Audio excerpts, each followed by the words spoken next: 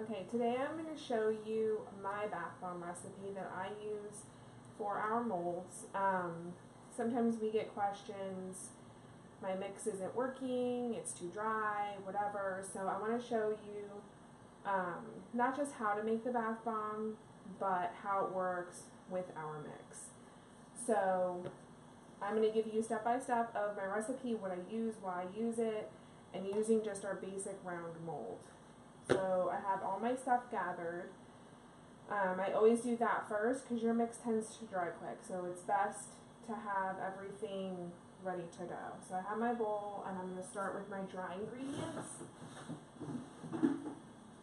So first I add my baking soda, and my recipe is a larger recipe, so I use 6 cups of baking soda. 1, 2,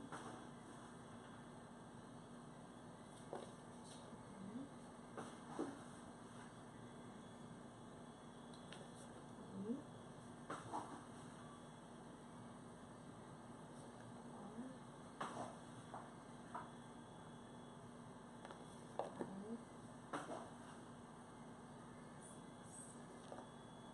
okay, and then next I add my citric acid. Some people like to add their citric acid at the end because they worry about activation. I don't have that issue, so I go ahead and add it with my dry ingredients. So I use 3 cups of citric acid.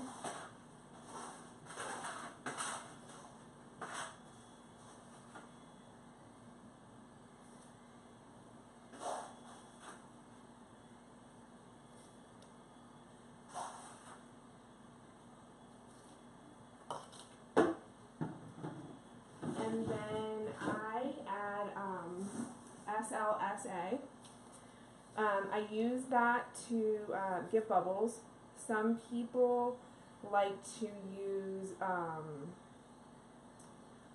powdered milk. I have not ever tried that before. This is what I use. If you do not want to use this, you can just omit it. It's not going to change your recipe any. I use 3 tablespoons. If you find you want more bubbles, you can add more. If you find that 3 tablespoons makes a powdery bomb, you can add less. Something that you can play around with. Next, I add cream of tartar. Cream of tartar is going to make your bath bombs hard.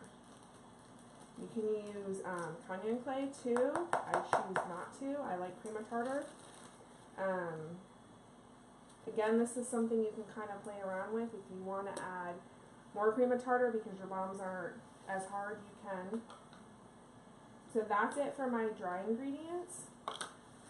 And my baking soda was a little clumpy, so I'm going to spend some extra time really mixing this up. It's super important that you mix well. So I'm just going to run these through my fingers and get all the clumps out first.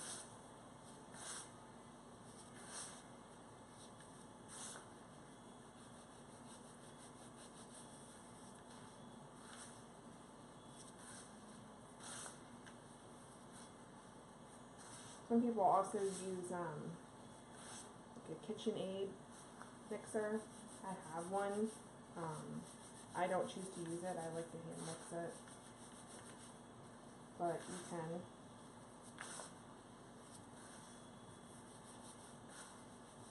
I normally don't mix this as much, but like I said, my baking soda is really clumpy. So I want to make sure I get all the clumps out before I add my colorant.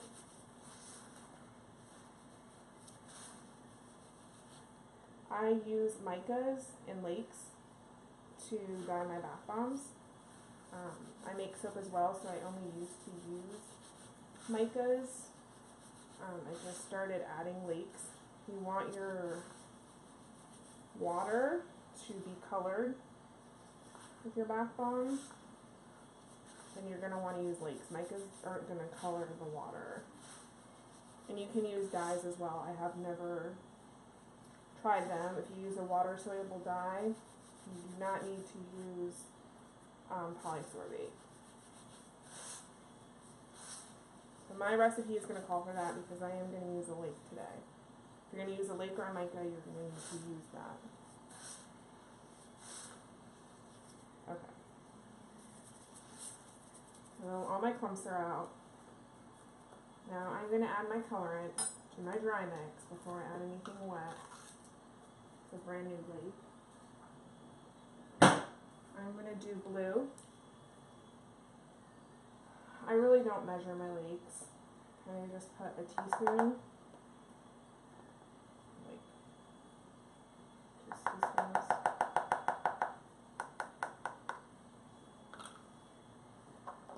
And then you're going to really mix your colorant in good. If you don't, you're going to have a spotted bomb.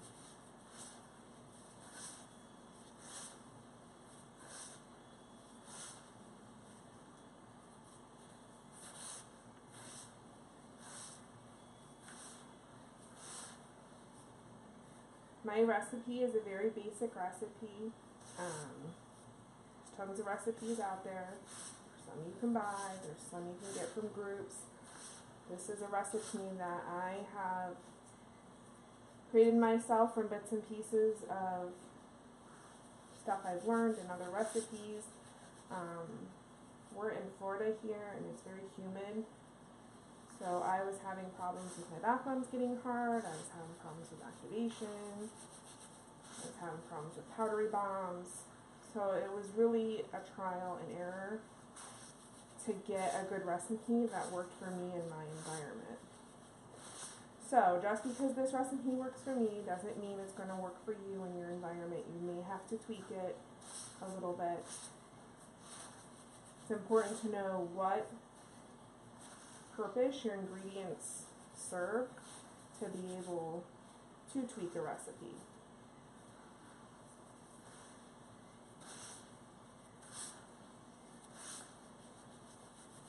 So I like to mix when I do my colorant.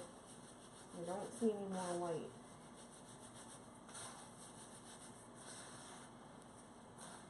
Just kind of take handfuls and pinch it. Crumbly, I run it through my fingers like this.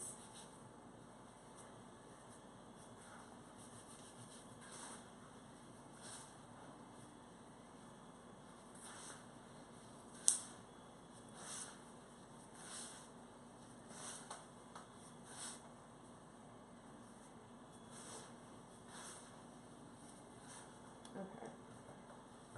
This is mixed pretty decent. I am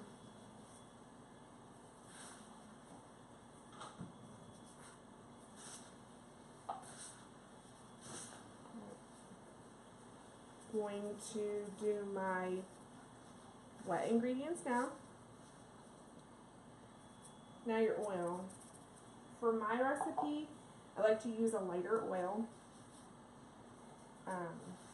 You can use any kind of oil you want, whatever you prefer. I use soybean.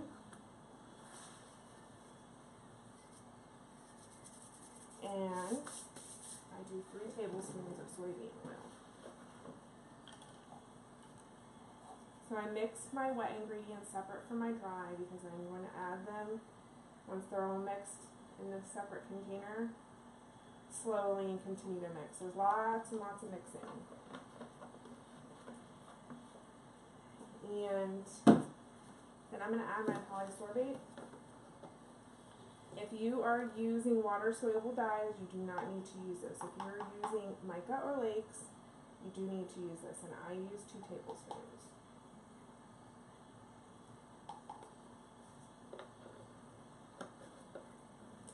And then your fragrance oil. I do 2 tablespoons of my fragrance oil. I'm making a blue bomb, so I'm doing a blue raspberry slushy.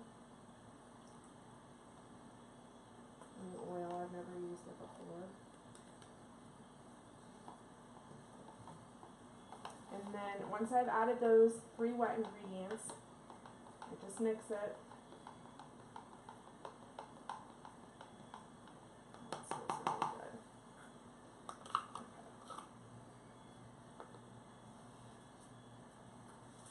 I'm going to take my dry and add my wet. And I'm not going to dump this whole thing in here. I'm just going to add a little bit.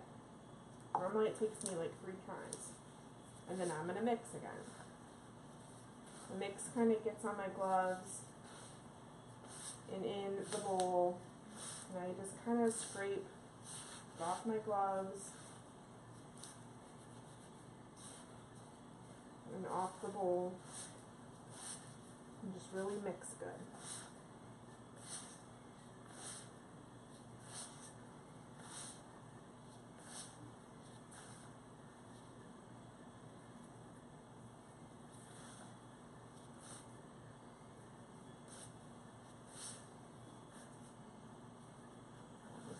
Raspberry slushy smells really good.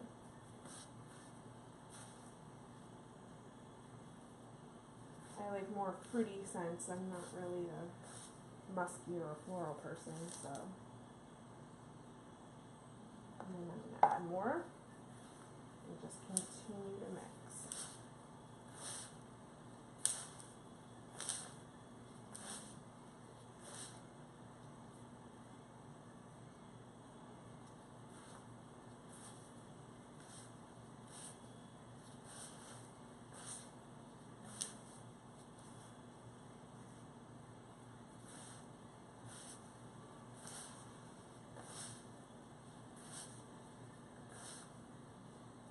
I don't have much left in here, so this is going to be my last pour. And I like to get every drop out. So my last pour, I just kind of take my hand in there and get the rest out. And then after I mix this good, I'm going to add my binder. You can use alcohol, witch hazel, or water. I personally have not tried water yet. I used to use alcohol, and I found that I got a really dry, powdery bomb. I do wrap my bath bombs, but if you don't, and you live in a climate like me, alcohol is gonna give you a really crumbly, powdery bath bomb. Or for me, it did.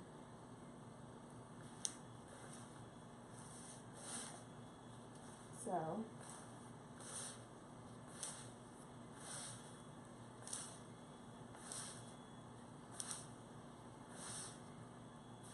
mix at the bottom. We're good. It's mixed. So my color is mixed good. My oils are mixed good. I use witch hazel. So I put my witch hazel in a spray bottle. This is just a little spray bottle from Walmart. And then I just spray. Just a tiny bit, just get the top wet and mix. I wipe it off the side so it doesn't activate. Typically do this about 3 times. And then I'll show you how I decide if my mix is wet enough. With our molds, I like to make a little bit wetter of a bath bomb. Some don't need to adjust their mix, some do. Again, it's really going to determine your mix, your environment, what you're doing.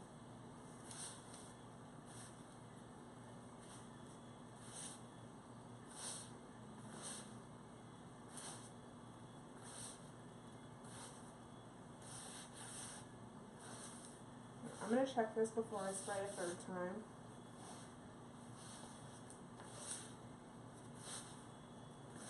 And what I do, I'm going to take a handful of mix, and I squeeze it nice and hard, and then I drop it from up above. And if it doesn't crumble, it's good. This is still a little soft for me. So I'm going to spray it that 3rd time like I normally do.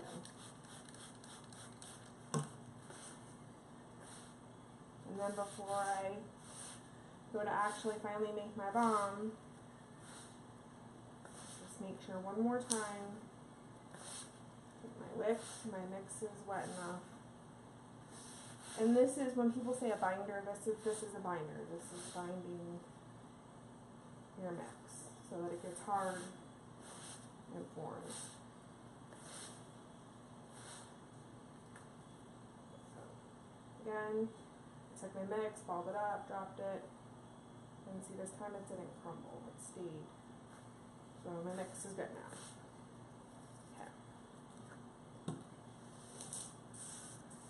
Now I'm fussy, so I'm going to clean up this mess.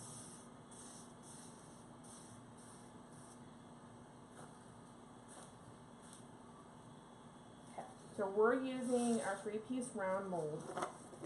The way I do this is going to be the same with any of our molds. It's the same concept. So you have your 3 pieces. You have your 2 cups. This is a 2.5 in your cylinder. Take your cylinder of 1 cup, drop it in. I like to use a measuring cup. And I just add. I like a larger Saturn ring. If you do not, stop here. Don't pack your mix in. See how I did it? I just added some into there. Don't pack it in. Now, I like a big Saturn ring, so I'm going to overfill my mold like that. And then you're just going to take your top cup, put it in.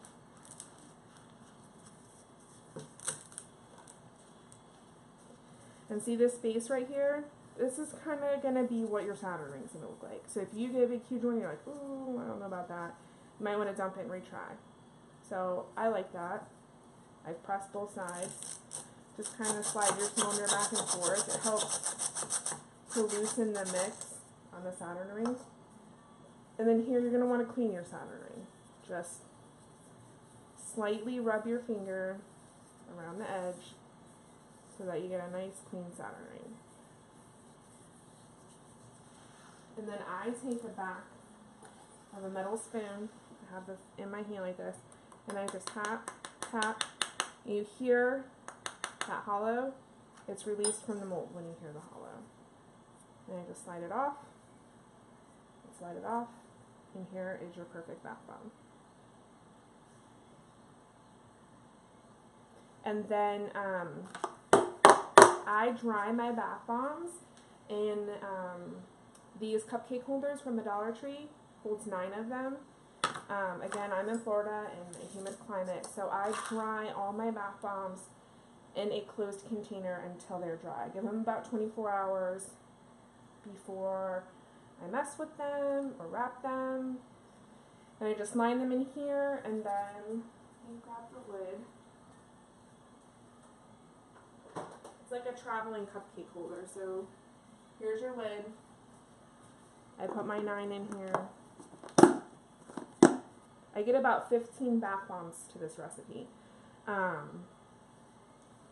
And this is how I store them, just in this closed container. Thank you for taking the time to watch our video. If you have any questions, feel free to ask them. And if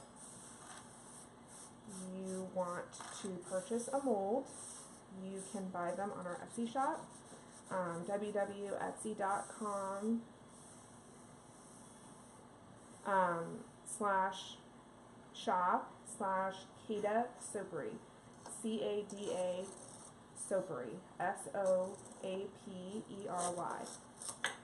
And right now, we are doing free shipping until December 10th, domestic only. Thanks again for watching.